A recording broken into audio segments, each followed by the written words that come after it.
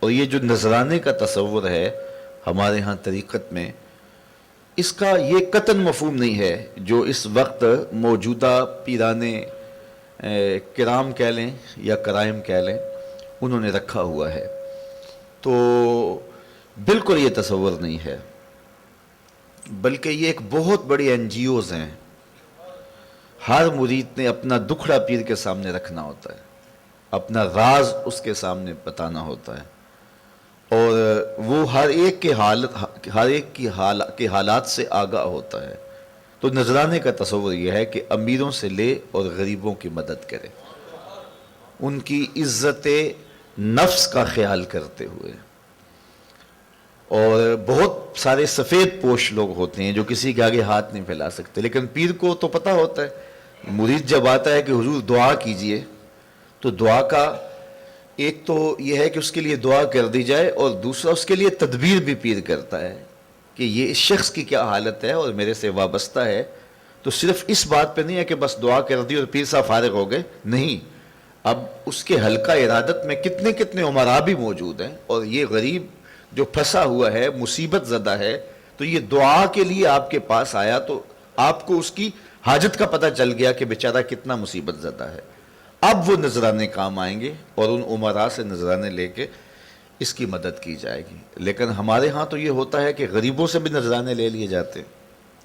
وہ پتہ نہیں کراچی میں کوے ہوتے ہیں کہ نہیں ہوتے، ہمارے تو وہ کوے ہوتے ہیں، تو وہ بچہ روٹی کھا رہا ہوتا ہے تو اس کے ہاتھ سے بھی چھین کے لے جاتے ہیں۔ تو موجودہ دور میں تو پیروں کا بھی یہ حال ہے، غریبوں سے بھی نذرانے لے رہے ہوتے ہیں، اور وہ بیچارے اپنے خون پسینے کی کمائی سے ان کو پال رہے ہوتے ہیں، اور ان کی زندگی آسودہ ہے، ان کا وہ نذرانہ جو ہے وہ ایسے ہی ضائع ہو جاتا ہے۔ یہ نہیں ہے کہ ان کو بڑی ضرورت ہوتی ہے پیران کو، وہ ایک بے عمل نعت خواں پہ ایسے لٹ جاتا ہے، ایک سوٹ میں پھینک دیتے ہیں، اور وہ بیچارہ 10 دہاڑیوں کی کمائی پیر کو دے رہا ہے، اور پیر ایسے پھینک دیتا ہے، بس ختم۔ علامہ اقبال علیہ رحمہ کے پاس ایک پیر صاحب تشریف لائے، تو لاہور میں ایک علاقہ قلعہ گجر سنگھ،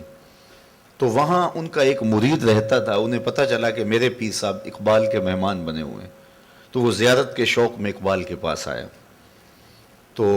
پیر صاحب سے ملاقات کی اور اپنا دکھڑا سنایا کہ میں نے بیٹی کی جہاں منگنی کی ہوئی ہے وہ شادی مانگ رہے ہیں،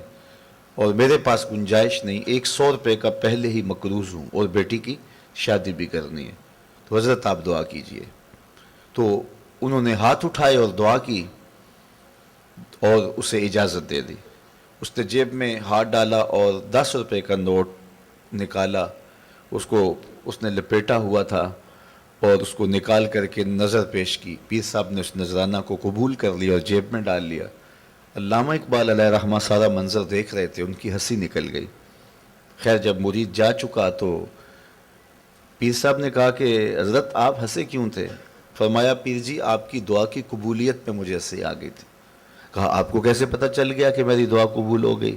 کہا جب آپ نے دعا نہیں کی تھی تو وہ 100 روپے کا مقروض تھا،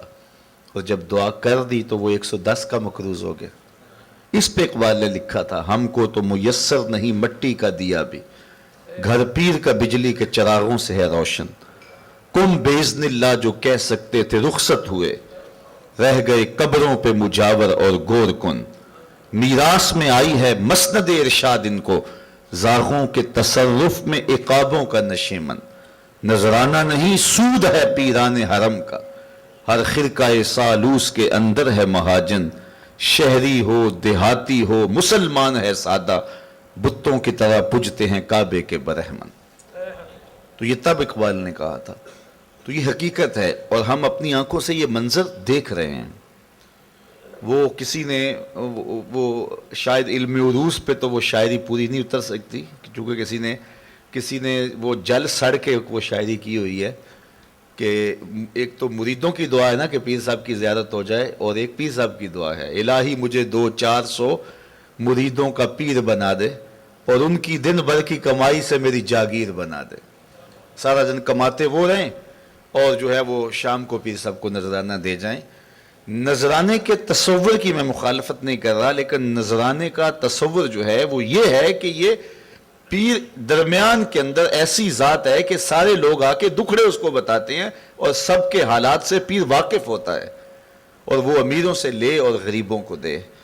لیکن جو غریبوں سے بھی نذرانے بٹور رہا ہے اور ان کی غربت کا بھی خیال نہیں رکھ رہا، مرگ پہ جاتا ہے تو وہاں سے بھی نذرانہ لیتا ہے، تو پھر اس کو کس نے حق دیا ہے کہ اس کو پیر کہا جائے؟ فلک نے اسے بخشی ہے خواجگی، جو جانتے نہیں روش بندہ پروری کیا ہے، جسے یہی نہیں پتا کہ اس منصب کے تقاضے کیا ہیں۔